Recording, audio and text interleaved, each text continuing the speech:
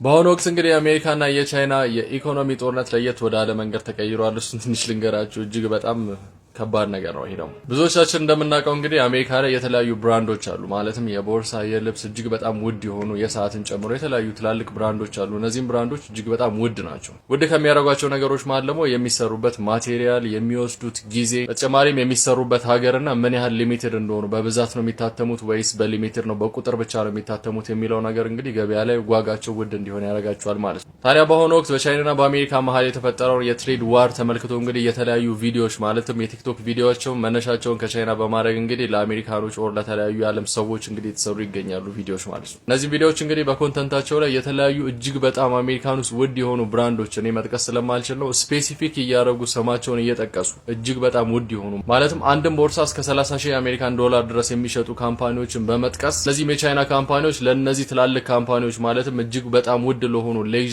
ለሆኑ ብራንዶች እስከ 80% የሚሆኑትን እቃዎቻቸውን እነሱ እንደሚሰሩ ነገር ግን እነዚህ እቃዎች ማለትም እንደዚህ አይነት ቦርሳዎች፣ ሰዓቶችና የተለያዩ የቴክኖሎጂ ውጤቶች እንግዲህ ቻይና ሀገር በመመረት የሚላኩት ወደ አሜሪካ ሳይሆን ወደ አውሮፓ ሀገር ይላኩና እዛ ሀገር ላይ ጥቃቅን ቁልፎችን ወይም ብራንዶችን በመጨመር ብቻ ሜዲን የአውሮፓ ሀገር ተብሎ ወይም ጣሊያን ሊሆን ይችላል፣ ስዊዘርላንድ ሊሆን ይችላል ተመልሰው ወደ አሜሪካ እንደሚላኩ አጋልጠዋል። ታዲያ አጋልጠዋል ወይም ተናግረዋል ስላችሁ ስፔሲፊክ ነው የተናገሩት። ማለትም አንድ ቦርሳን ለመስራት ምን ያህል የአሜሪካን ዶላር እንደሚያወጡ ስፔሲፊክ እየጻፉ ነው ፖስት እያደረጉ ያሉት። አሜሪካን ውስጥ ተገኝቶ በሚሸጥ አንድ የብራንድ ቦርሳ ላይ እሱን ለመስራት ምን ያህል ብር እንደሚያወጡ ስፔሲፊክሊ እንደዚህ እየጠቀሱ ይገኛሉ ማለት ነው። አሜሪካን ሀገርና አውሮፓ ሀገር ሄዶ 30,000 የአሜሪካን ዶላር የሚሸጥ አንድ ቦርሳ የሚያወጣው ወጪ ወይም ለመስራት የሚፈጅባቸው ብር ይሄን ያህል ነው። እነሱ የሚያስረክቡት በዚህ ብር ነው ማለት ነው 1100 የአሜሪካን ዶላር። እናም በአሁኑ ወቅት በአሜሪካን ሀገር የሚገኙ ትላልቅ የሆኑ ብራንዶች ሱቅ ላይ እንግዲህ የተለያዩ ቪዲዮዎች እየተሰሩ ነው። ይህንን የመሳሰሉ ቪዲዮዎች ማለት ነው እናንተ ከምታሰሩበት ቻይና ሀገር ከሚገኝ አንድ ፋክተሪ የበለጠ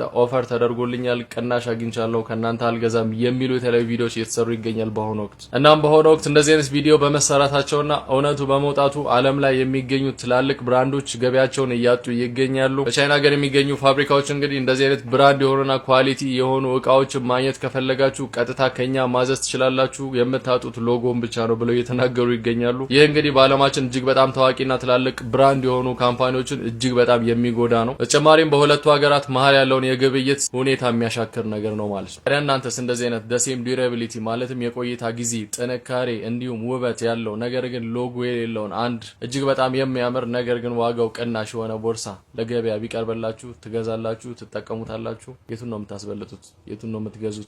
ኳሊቲ የበለጠ ብራንድ ማተር ያደርጋል እናንተ ጋር? እሱን ሐሳባችሁን ኮሜንት ላይ አስቀምጡልኝ። መልካም ቀን ይሁንላችሁ። ብሩክ ነኝ። አዲስ ነገር ካለ መለሳለሁ። ፎሎና ላይክ ማድረግ እንዳትረሱ። መልካም ቀን